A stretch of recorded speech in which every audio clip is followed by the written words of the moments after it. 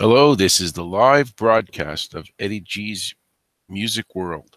It's a pretty loose discussion of music, which is my passion. I'm taking a chance at just opening my thoughts out to whoever is curious enough to listen and pay attention to what I have to say. It's going to be available on YouTube, which is going out live, and also it's going to be something that you can comment on, I believe, at your discretion whenever it is that you feel you'd like to comment on things. So today, this is an attempt at just going over some old concerts that I've seen. I've been to concerts since I was 14 years old, and there's not any particular order. It's just looking back at some ticket stubs, talking about the shows, saying how good it was. Maybe what I remember wasn't good, and if you have comments, like I said, more than happy to read them. And at some point, this type of show will be more open to interacting with people that might be on live if I get to that point. Here's one that I just remember seeing in 2012. It was a double decker show, Def Leppard and Poison. I really enjoyed this show. This was Poison opening up the show.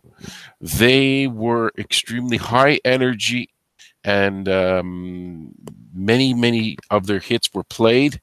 I remember Ricky Rocket flipping his drumstick around and having a good time. CC DeVille came bouncing out with his guitar and funny facial faces that he made.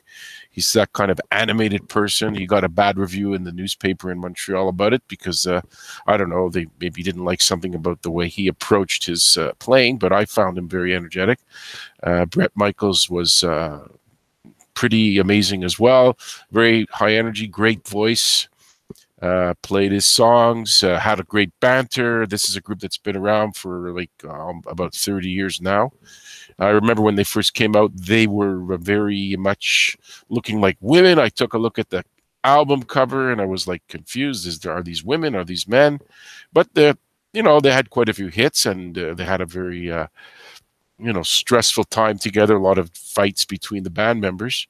And there was also somebody named Dahl. I don't have the information in front of me. I think he was also in the band too. So the Poison show was extremely high energy, very enjoyable. They kept the crowd in it, and I appreciated that when I was at the show.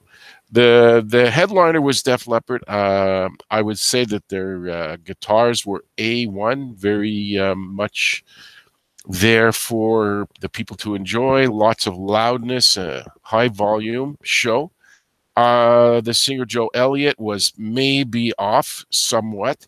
He was somebody that was his vocals were hoarse somewhat, but not that bad.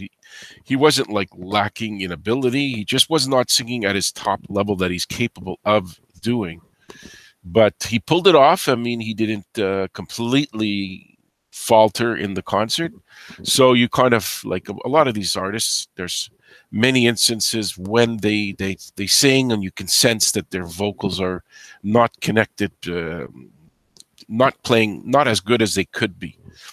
Okay, next down on my list is another Def Leppard show, because I tend to post my little ticket stubs in the same section if there's commonality sometimes.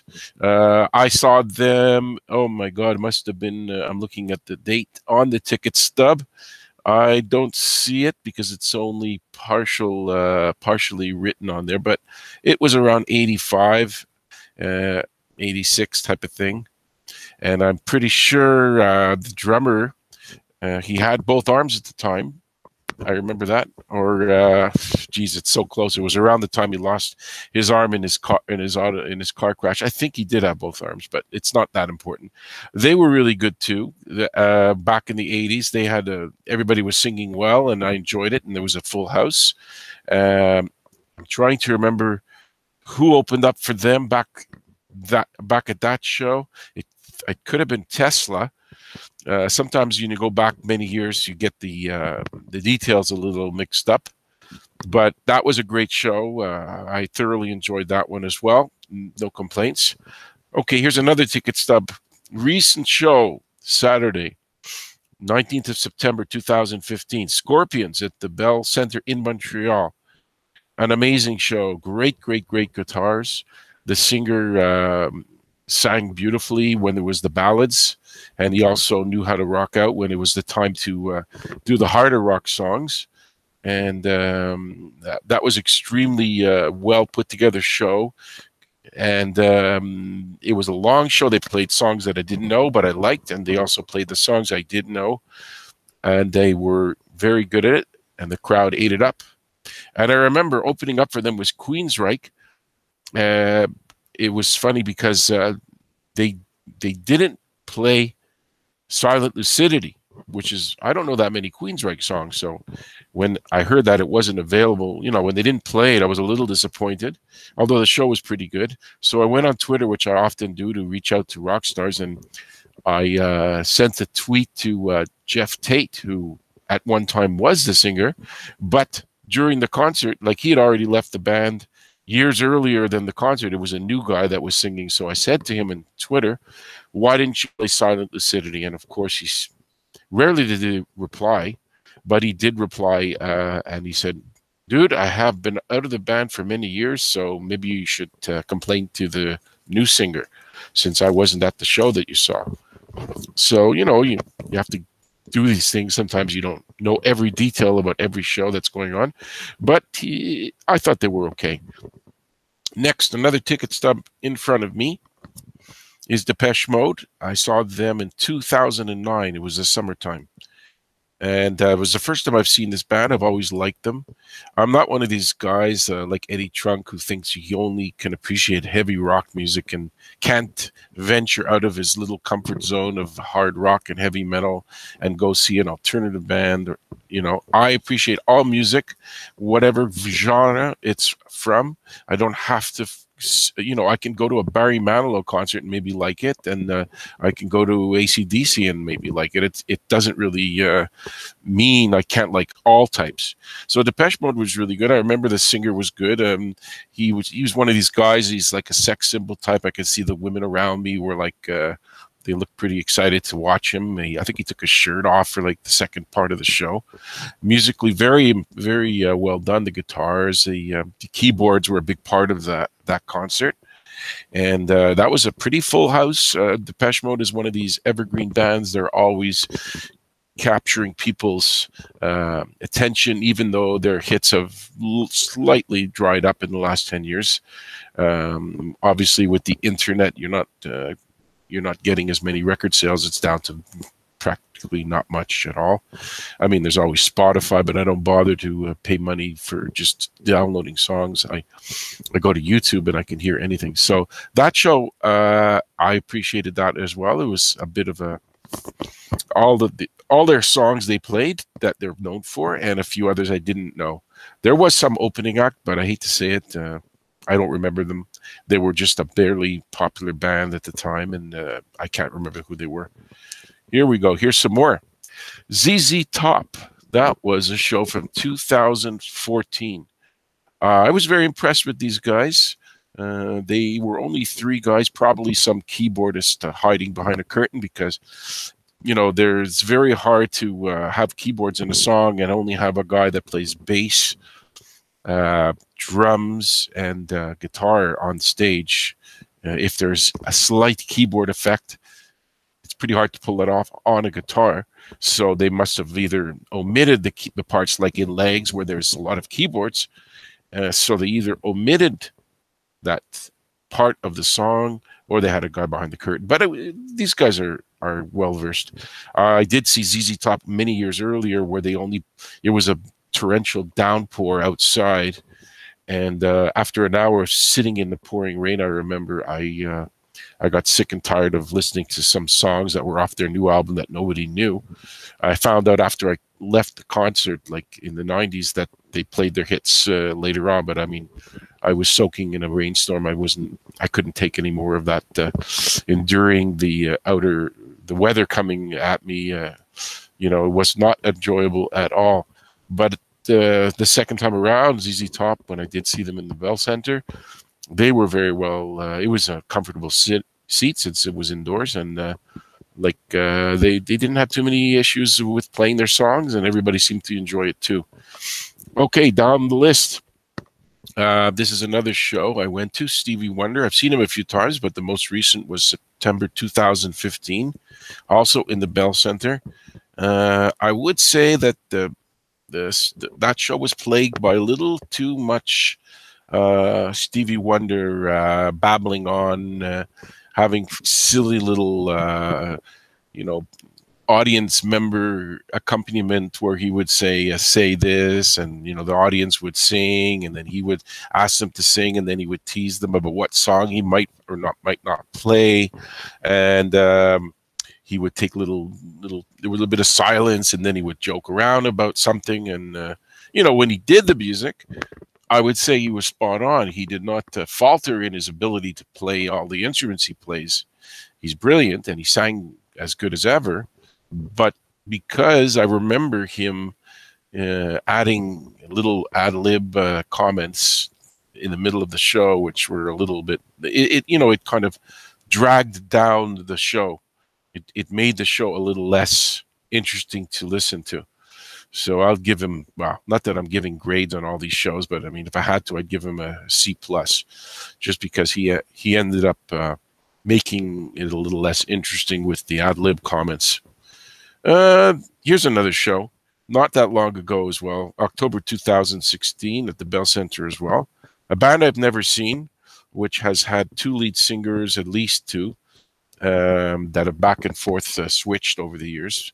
But I saw the singer, I think it was Tom Johnston, singing with Dewey Brothers. Didn't see the Michael McDonald version. It would be great to have them both on the stage. You can hear both level and era of songs. But I really enjoyed them. They played a lot of their early version songs, and they had I'm not sure how many were originals. There's probably 3 or 4. They even managed to pull off a Michael McDonald song with Tom Johnston singing, which was a pretty amazing thing that they pulled that off, even though the singer on it wasn't there. I think it was Taking It to the Streets, which is a Michael McDonald lead, but Tom Johnston sang it. And overall, I'd give it a pretty good grade. I enjoyed it. I remember appreciating all their singing, and there was a lot of great guitars, and that was a show to remember as well. Next to it, another band that kind of in the same era as the Dewey Brothers, also a band that was about to lose a member, but they hadn't, it was a pretty intact group. The Eagles, I saw them I think it was 2013, yes, at the Bell Center. Now, I really didn't appreciate the show, but that was mainly because my friend at the time was insisting on saving $50 and buying lousy, terrible seats. So, of course, he was confused as to why the sound quality of the concert was not that good. And I kept saying, well, when you're so high that you can almost touch the ceiling of the Bell Center, and you don't think the sound quality is good, you have to start to use your intelligence and realize it's because you're in the top of the building. You're not going to hear the sound as well. So I was stuck with this cheapskate. He didn't want to spend an extra $70 or whatever to get into decent seats where you would sound better. So for that, I mean, the concert was skewed as far as quality and enjoyment was concerned, because I couldn't hear that clearly. Now, with some prodding with my friend, I did manage to coerce him into trying to descend the seats to a lower level, so we could just get a little lower and the sound got a little better. And then we got even lower towards the last 2 songs. But I mean, at that point, the concert was mostly done. So I really didn't enjoy this, but it's very hard to know if I can blame it on the Eagles for not performing well, or is it just on the fact that the concert wasn't enjoyable because we were so far away from the stage. We couldn't hear anything. So, it was great. Joe Walsh, he did some solo stuff. That was good. And Don Henley didn't. He seemed a little bit lethargic, Don Henley. Maybe I could pick it up. He just seemed older, and, I couldn't be sure how much effort he was putting in. But then again, like I said, a lot of that had to do with the fact that, if you're going to sit far away, don't bother to go. If you're going to sit, at the top of the building, you're not going to get a great enjoyment out of the concert. Next, let's see some other shows that I've seen. Wow, this is one of the greats. Moments to Remember. This was a show of I also won these seats. This is a show that was filled with other like old rock, old bands from the early days, the 50s and 60s. There was the Shirelles was there. That was great. They played some of their old songs. Plus, there were other oldies acts that were there. Do You Love Me? The Contours was there, and they played some old songs. And the Duke of Earl, Gene Chandler was there, and it was fun because I met them after the concert. Me and my wife were the only ones to go in the backstage of the building at the Metropolis, and we got their autographs, and I even showed them all a list of all their hits that they had. And I met Lou Christie too there. He was there. He did some music, and he signed things for me too. Very humble guys. These are people that in 2004 were not at the top of their game, selling out massive arenas and stuff. So they were not the big time anymore. But the fact that I got to see them and meet them made a very enjoyable show. Their music was timeless, and that was fun. Then I saw a few years later, another show called Moments to Remember, which was bands like the Tokens and the Vogues. And I met a couple of the Tokens, Mr. Siegel, who was the lead singer of The Lion Sings Tonight, and other songs. And that was fun. It was also, I think it was the Chiffons. I saw that concert, and I also talked to the singer. And the Chiffons were they sued George Harrison for lifting the song "He's So Fine for My Sweet Lord," and I asked her if she thought that George Harrison really had stolen that part, and she said she did think he did steal it. So it was just a quiet, quick little comment that I got out of her, and it was nice to interact. I've always loved to meet rock stars. I'm impressed with anybody that sang on hit records and has a story to tell that maybe I'll be able to get out of them. And so I met a few of those people. Okay, let's turn the page. Oh, here's a good one. Journey. Wow, I had mixed feelings about this because I'm a purist. I can't stand when you replace a massive singer like Steve Perry with Pineda, which Arnel Pineda was the guy that discovered in the around 2006 or 7 or whatever it was. Since Steve Perry had left the band, and they've had 2 or 3 singers, and Arnel was hired. So I was always thinking, well, maybe this won't be that great because it's not Steve Perry. But you know what? If you can shut that part of your mind off and just sit through the concert and forget about the fact that you're seeing a guy imitating another guy, it was a very good show. I mean, Neil Sean is an excellent guitarist, and I was on the side of the Bell Center where he was playing, so I could watch him play his guitar, and I could see his wife or his fiance or girlfriend at the time, dancing on the side of the stage too, because she was watching her boyfriend play, and so I enjoyed that. And Journey was a very, very high energy show. So they got me over the fact that it was not the same singer, and I managed to enjoy myself despite of that setback. Opening for them, Loverboy opened for them. They were really an amazing concert. I've always liked them. I've seen them 2 other times, so 3 times altogether. And honestly, the singer Mike Reno still had a good voice. I had met the guitarist once a few years back earlier, got his autograph. I think his name is Paul Dean, yeah. So that was, I had a bit of an interaction. And as well, I also have another act that I was looking forward to was one of the 3 acts. So it was Journey, Loverboy, and Pat Benatar. So I was also looking forward to her because I've never seen her, and she's got a great rock voice. And she had a lot of hits that I wanted to hear, and she did a great job of performing those hits.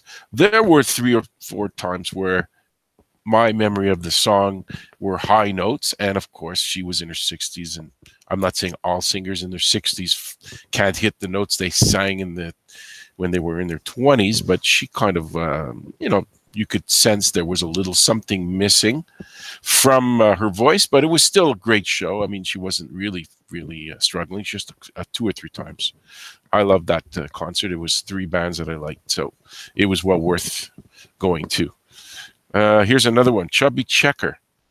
I've never seen him, and he's been around quite a bit of time, and I did see him in a small venue, as the Rialto Theater, and I was impressed with the power of his voice, because it's not a huge theater, probably seats like 800 or so, and he was belting it out like I never expected. He was very powerful.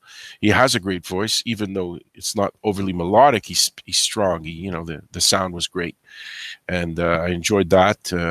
He had about 5-6 hits, plus he played 6 or 7 other ones, and he's a legendary guy, and I like to see that. So I enjoyed that concert. Next page, I've got another Eagles ticket stub. I've told you about what I thought of the last Eagles show, but this is the first one. This show was much better than the later one, because I had great seats. I was going with my friend that loves to spend money, Terry. So when you go with him, it's always better seats. So I enjoyed that, and this was highlighted by the solo work of Joe Walsh was played. Glenn Frey did his solo hits, a few. Don Henley did a few. I even think Timothy B. Schmidt might have done one song. I'm not sure. But I was impressed by all the music that we got. We got all the hits of the solo acts, and the Eagles played all their big songs, and the music was good. And that was the better of the two shows I saw. Now I hear that they're going out on tour without Glenn Frey, and it's one of these patch deals where they're going to take Glenn Frey's son or something and try to make the best of it. I mean, listen, I guess when you feel there's still money out there, which it is, because the Eagles are a massive band, then you try to keep getting more money and interacting more with your fans. I see another ticket stub here. Collective Soul, saw them in 2005. Very good show. They played all their songs, and very well reproduced from what the record was. So they play their instruments great, and a lot of passion in the vocals and the guitar. They reproduced. There wasn't a lot of ad-libbing. They stuck pretty much to the records that they're known for. Another show I saw, Todd Rundgren, 2006. I don't know with him. He's great. He's brilliant.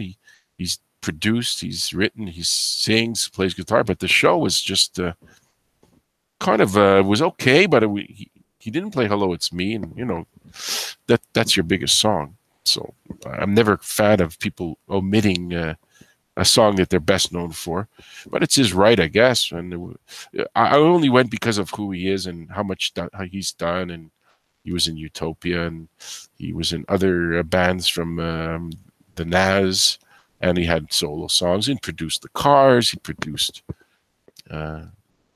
Meatloaf, right? But it was just an okay show. Sometimes you go to a show because of who the guy is, and the show was okay. He played, but it was not really great. It was just okay. All American Rejects, this friend of mine at the time, Oren, went to see that. They had 2 or 3 songs out. It was not a hugely packed venue, but it was still 200-300 people. This is about 13 years ago, 2005. Again, good show. Everybody played their parts very well. But, when you don't know a lot of the songs, you're kind of just there, and it's kind of dull. And, I found enjoyment in the concert, even though it was nothing that blew me away type of thing. I have a free concert list that I went in for free, but I'm not going to go to those. I'll do that another day. Here's another page of shows I have seen that is worth discussing. Eric Burdon and the Animals. Another sad concert, just because, you're seeing Eric Burdon. Okay, it's 2005. He's kind of overweight. He sings okay, but he's lacking a vocal power that he had. And the band is, of course, young guys, and nobody's from the Animals. Anybody who played on the records except Eric Burdon wasn't there. So you're missing that. And he also changed the style of a few of the songs. So you end up not really getting the best out of the music. But it was, I think I might have grazed him. So, I shook his hand for a second or something like that. And the guy is a legend. I mean, he's been around for many years, and I don't get the feeling that he's one of these multi-millionaire types of guys. I'm sure he's. I've heard stories that he's not really in the Keith Richards zone where he's making worth hundreds of millions of dollars. So he probably has to work to keep paying the bills. The most recent show is here too, Michael Schenker. It's an example of a show where the guy's got a great reputation as a great guitarist, but you don't know any of his music. So I had to brush up on his music before I went, and I went on YouTube and other ways as well, and I heard some of his songs. He was in UFO, and that was a pretty popular band, but Montreal didn't play much UFO. Didn't play any of his Michael Schenker's music pretty much. So I was never exposed to it. So I had to pretty much get an idea of his music by just experiencing a few songs before the show and during the show. So I liked it. I could see how great a guitarist he was. And so I got a lot out of the show, but it was a 2.5-hour concert just with Michael Schenker, and by 90 minutes, I was maybe slightly getting bored because when you don't know the songs, or 3 of them, the other 17 or so songs are, they don't do much for you. So you wait till the show kind of gets over and you want to go home. I'm not as young as I was, so to sit through a long show, stand pretty much most of the time, it's not easy. Here I see Judas Priest, 2005. I went to that show. I don't know. I loved the show. I was a little surprised that it was like the concert bowl at the Bell Center, which meant that it wasn't the full arena, and not just that. It was like maybe 6,000 people, and these are humongously popular band like Judas Priest. You would think the country would not the country, but the people in Montreal would flock to this concert, but. They didn't come in droves, but still, it didn't really matter. I still loved the show.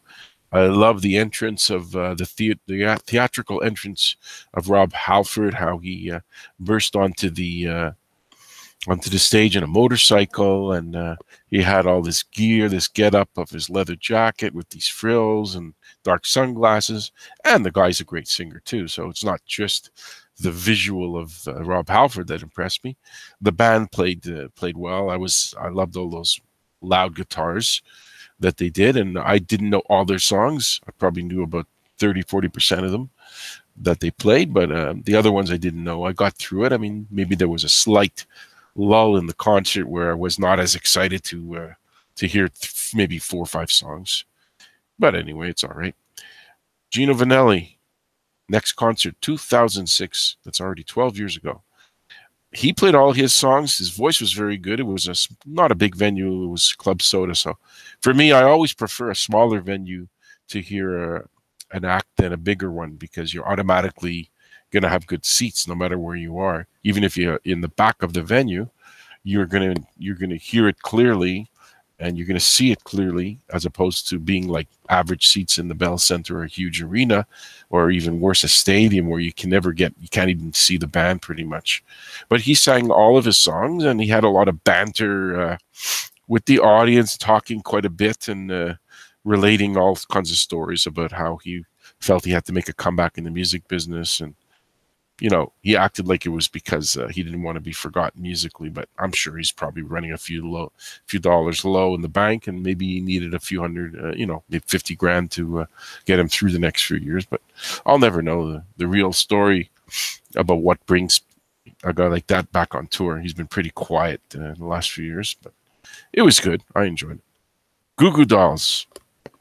They played a reasonably small venue in Montreal. I can't remember what it was. somewhere around St. Catherine Street. And oh, hold on, it says it.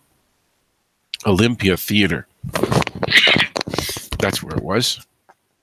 A pretty compact type of place, and they had a lot of their songs on that they played that I didn't know, like 4 or 5 different songs.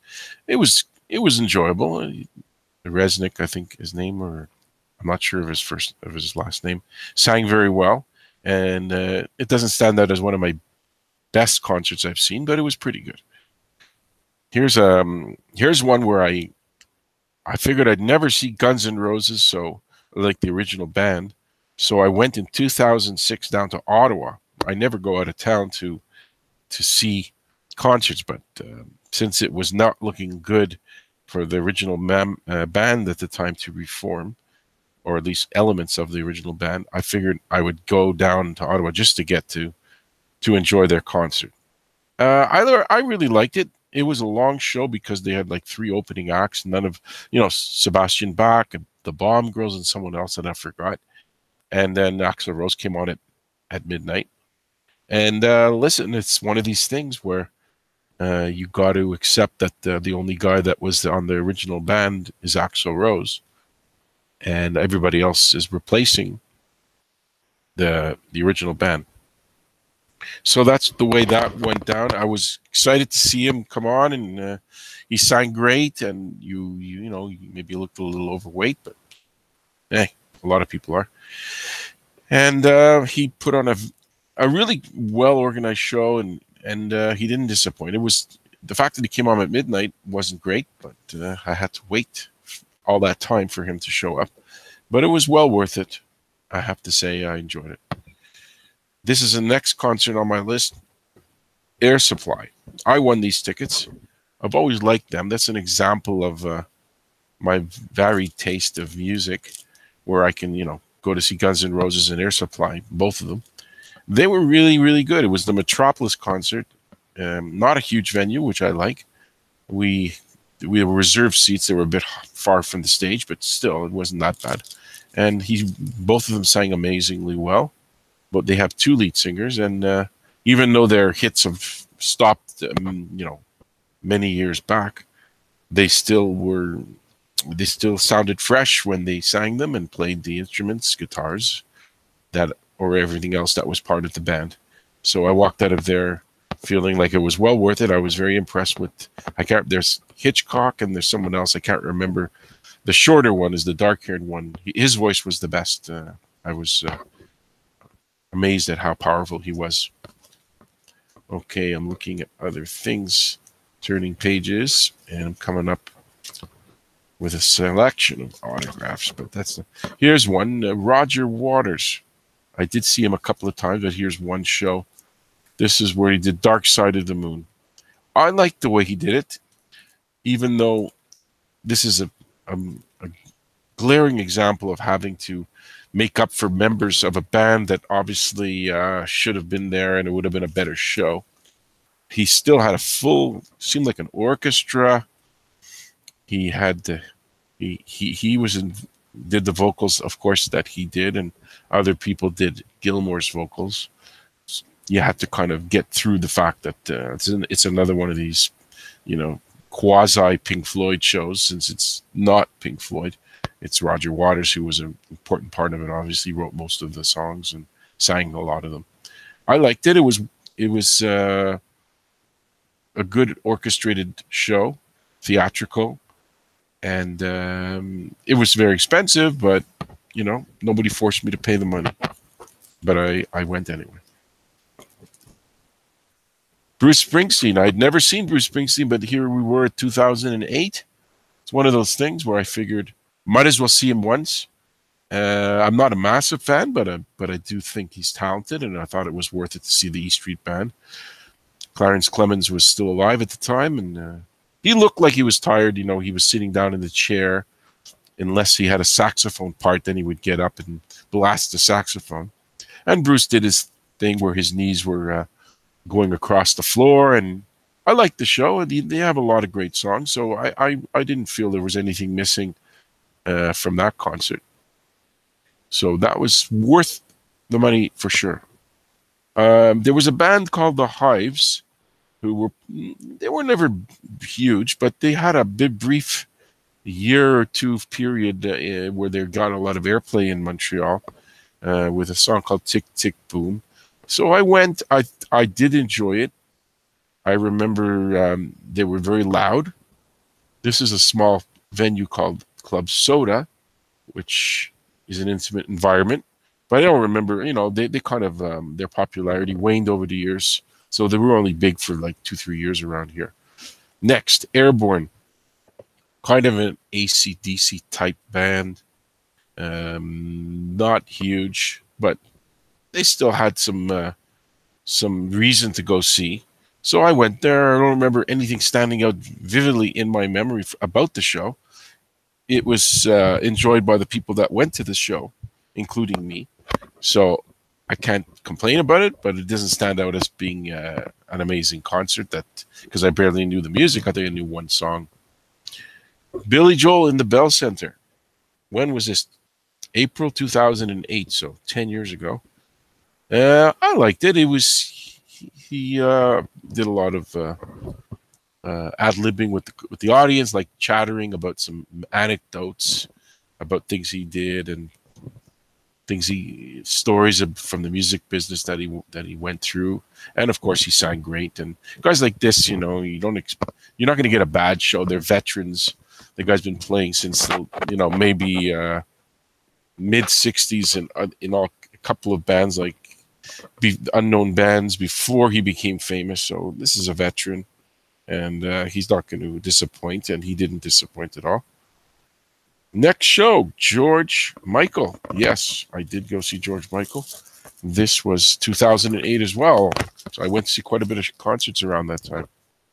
I loved it. I was surprised that George did not play one instrument. I looked to see if he would. He didn't play any, but he was amazing vocally. I guess if you give points for dancing, you'd have to give him good points. He's a great dancer. And I liked that show as well. And the thing that was a bit strange that I found was the fact that he had all his instruments, the musicians playing their instruments, behind like a little. It's hard to explain. It wasn't a wall; you could see them, but it was like in a case type of thing. So all the instruments were tucked away behind him. You didn't have them on this. They were on the stage, but they weren't typical setup where they'd be in different parts of the stage. They were just kind of stuck to the wall that they put up. I'd never seen that before or since. But honestly, I'm glad I saw him. He passed away a few years later, and at least I got to see a legendary guy like that. There's another show that I saw, Neil Young, 2008 again. Wow. Boy, I went to see a lot of shows then. I loved it. It was all his classics. He didn't disappoint. He didn't play like obscure songs mostly, maybe 2 or 3. Most of them were well-known songs. And he sang very well. He didn't have any issues singing, which a lot of people do when they get a bit older. And that was a show well worth going to. I remember it was pretty sold out. And I'm glad I went. And if he comes back, maybe think about going to see him again, depending.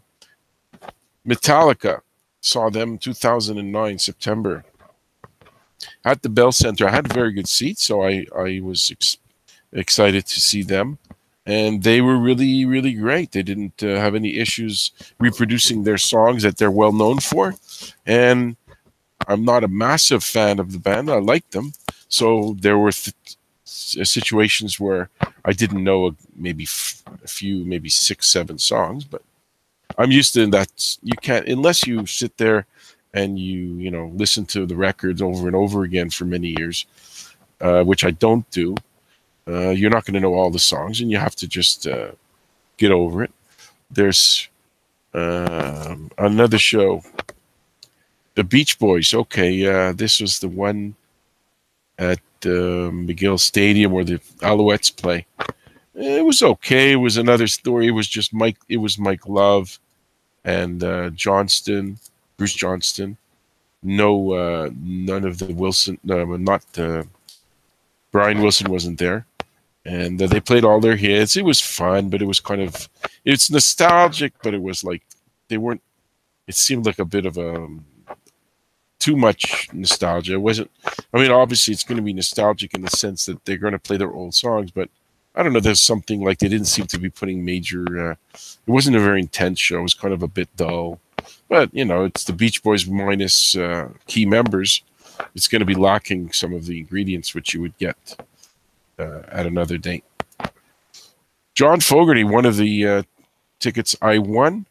I was amazed because the guy can pull off the vocals. Of course, he still has that talent. And since he was the main guitarist, there was another guitarist in CCR as well. He filled that role well too, and he's very high energy, and he looks like he's having a lot of fun out there on the stage. And he didn't disappoint. I didn't remember having great seats, but then I moved down and I got closer for the last few songs. This is like, sometimes these guards they keep you back when your seats are a little high. They don't let you go to the floor and just improvise getting closer to the stage. That night they didn't stop people from kind of jumping onto getting a little closer, even though their tickets were not allowing them to do so. So that was one of my more favorite shows. I knew all of the songs except for 3 or 4, and I'm glad I won those tickets too. Queen and Adam Lambert. There's another situation where you kind of have to bite your lip and get through it. You got 2 out of the 4 original Queen members there. Obviously, the bass player and obviously Freddie Mercury weren't there. Adam Lambert did a fine job. I'm not criticizing him, but when you have the shoes to fill of a guy who had a very distinctive voice and vocal style and stage presence, you're gonna, for me, it was like you kind of it takes something away from the show. But again, it's like Journey.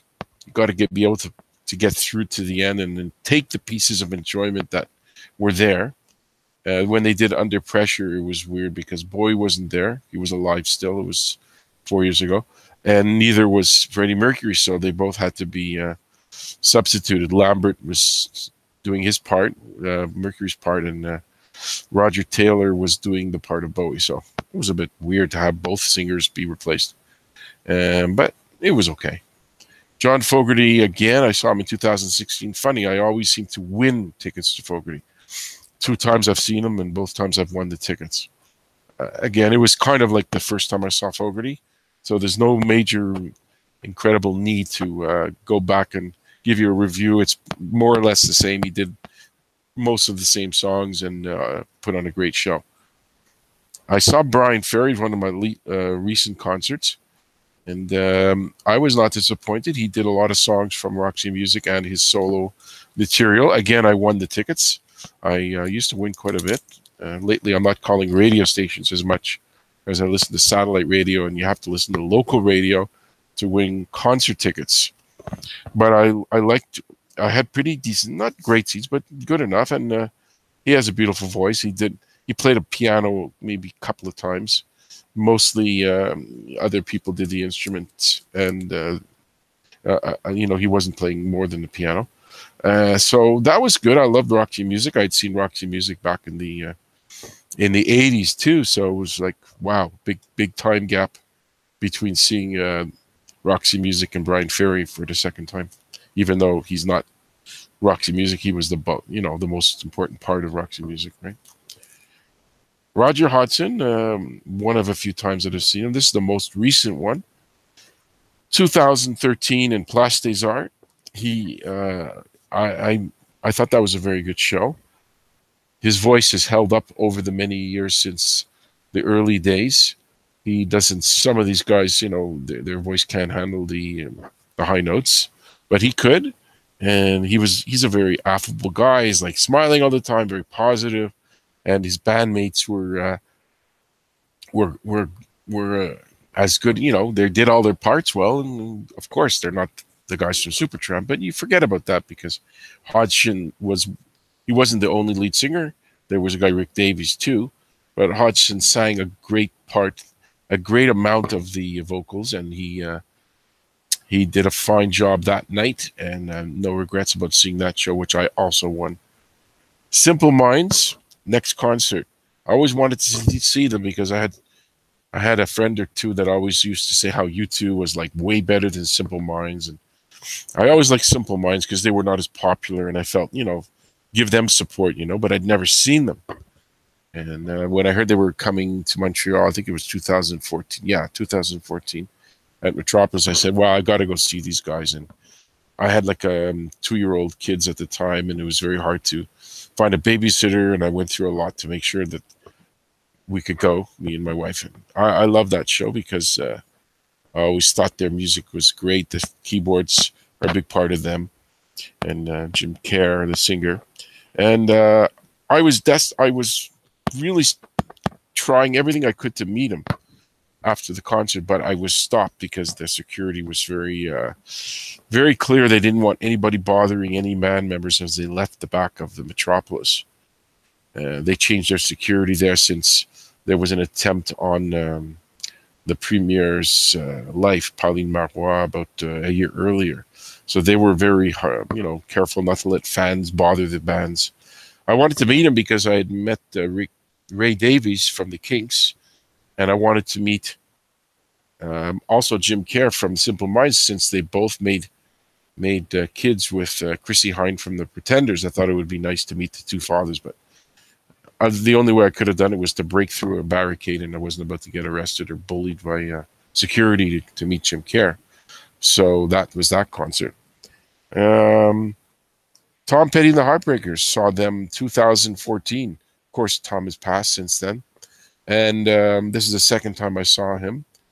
And I was really impressed with Mike Campbell, the guitarist. He was doing most of the heavy lead guitar work. He was amazing. Well, Tom was singing, and he did play a guitar as well. And he wasn't doing the major parts of the guitar, more rhythm, but still he was impressive. His voice was still holding up. Opening for him was another legend, Steve Winwood. Always wanted to see Steve Winwood. He's been around forever too, and he was great. He had an old style organ he was playing, and he switched to guitar. And multi-instrumentalists are always impressive to me, of course, and I enjoyed it. Next on my list of concerts.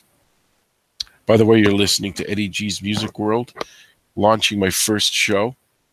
It's on YouTube. There'll be, if you find it, I'll be impressed and thrilled that anybody finds it. And then I'm going to try to make sure that the comment section is open.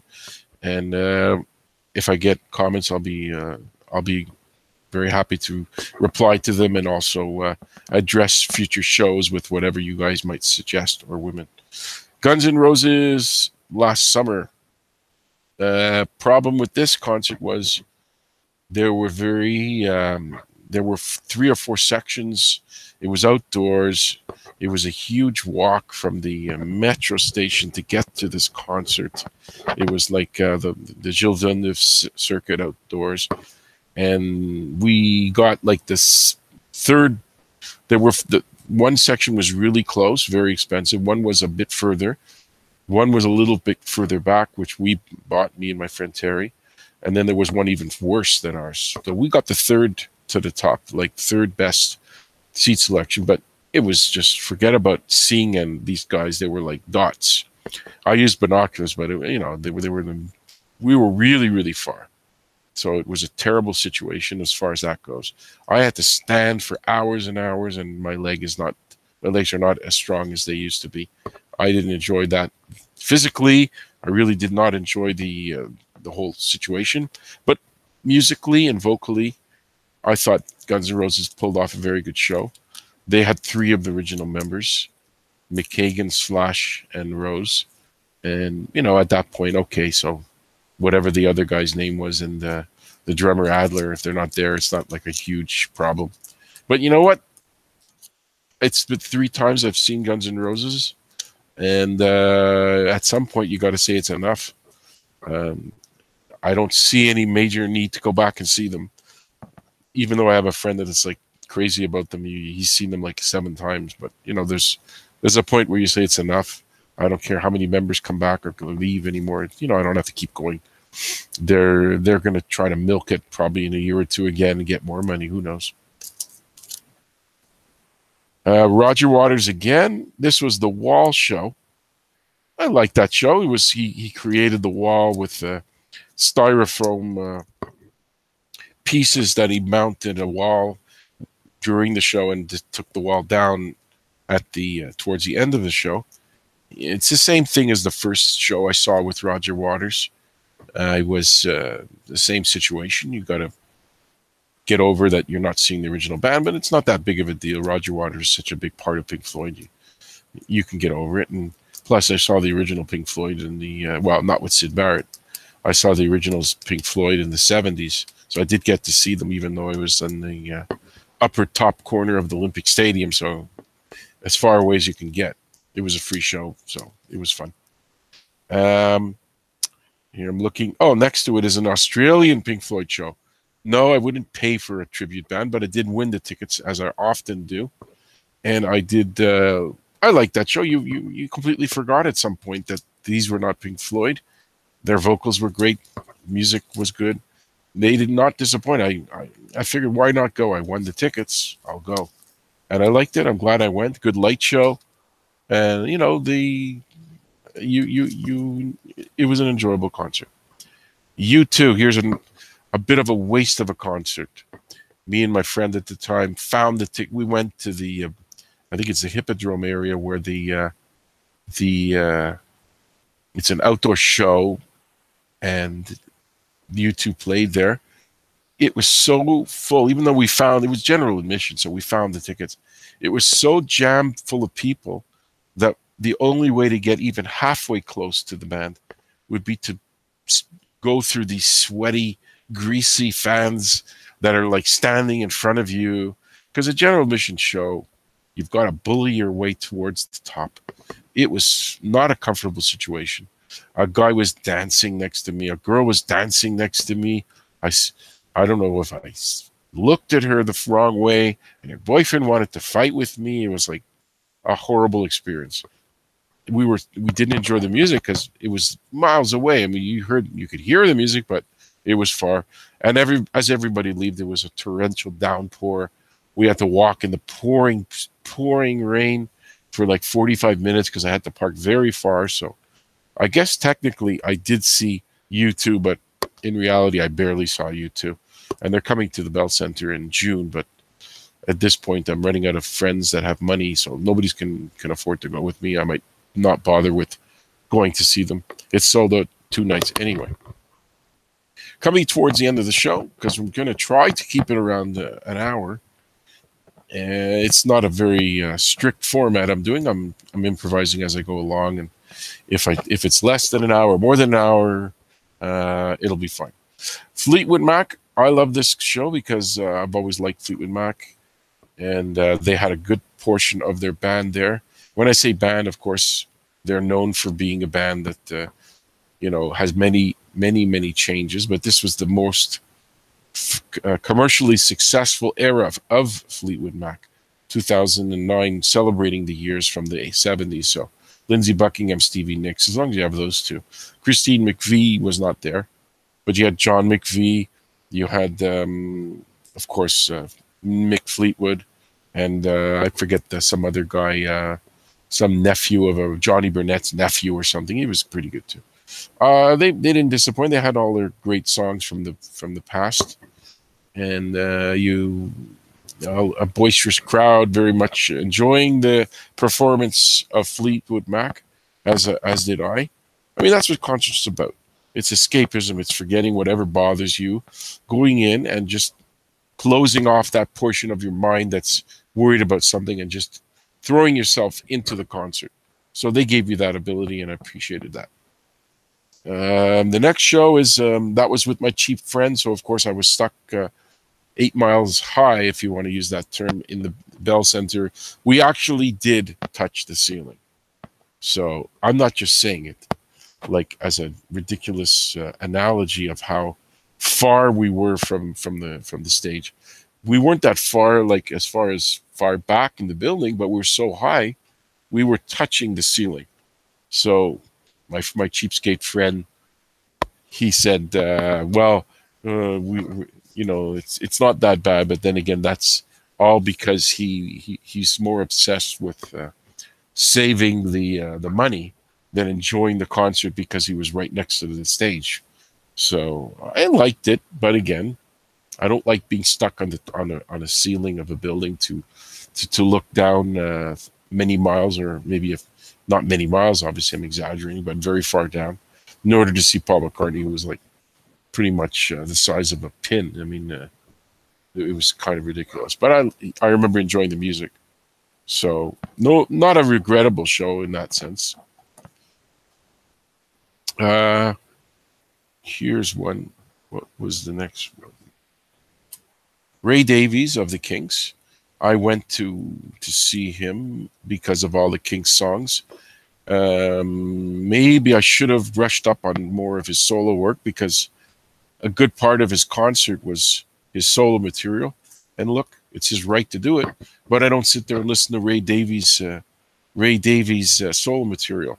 So I found myself bored about 75% of the concert, and the last 25 was throwing in a few Kinks songs. So that helped, and I went to the front of the stage to get a closer look of at Ray Davies, and so I ended up, maybe 25% I liked, and 75% it was like, wasn't all that exciting to hear songs from some album, or he played some obscure Kinks songs, not the more popular ones. So it was a decent show, but it wasn't one of my favorites for that reason. And I also had a guy that latched on to me because he wanted to be my concert going friend, this guy, and at that concert, and he ended up being a real difficult person, screaming at me on the phone for not going to a concert he wanted to go to, that type of character. And I'm not in the mood for high drama. But that was the experience with Ray Davies, and I did meet him later. But that will be on a YouTube show when I discuss my encounters with rock guys and musical musicians and people in music bands, where there were quite a few. So I'm not going to go into too much detail about meetings with rock gods type of people. Last review, Van Halen with in 2007, with David Lee Roth returning at the helm, with Wolfie on bass. I like the show. I love David Lee Roth's enthusiasm, and I thought there was a few moments where Michael Anthony's background vocals were like piped in, or maybe faked, or I don't know, something weird about the background vocal. They sounded too much like the original records. So how did Wolfie pull that off, and Eddie Van Halen pull off the vocals of a guy that's not in the band anymore? But I'd give it a pretty good mark. There were sound quality distortion. So this is Eddie G's Music World. We're on the episode 1 launch. I've enjoyed doing it. I hope people listen. I don't have a strict schedule of when I'll do the next one. If I get any feedback, it'll help me do it faster. But I'm doing it for my own pleasure too. And if anybody else gets any enjoyment about listening to music, I'm more than happy to contribute. So this is the April 5th launch, 2018. And I'm happy to have done it. And I'm looking forward to doing more. And if there's anything you want to say, good or even bad, I'll read them. I'll read any comments that I get. And please check back at Eddie G's Music World in the future. Thank you, and good day.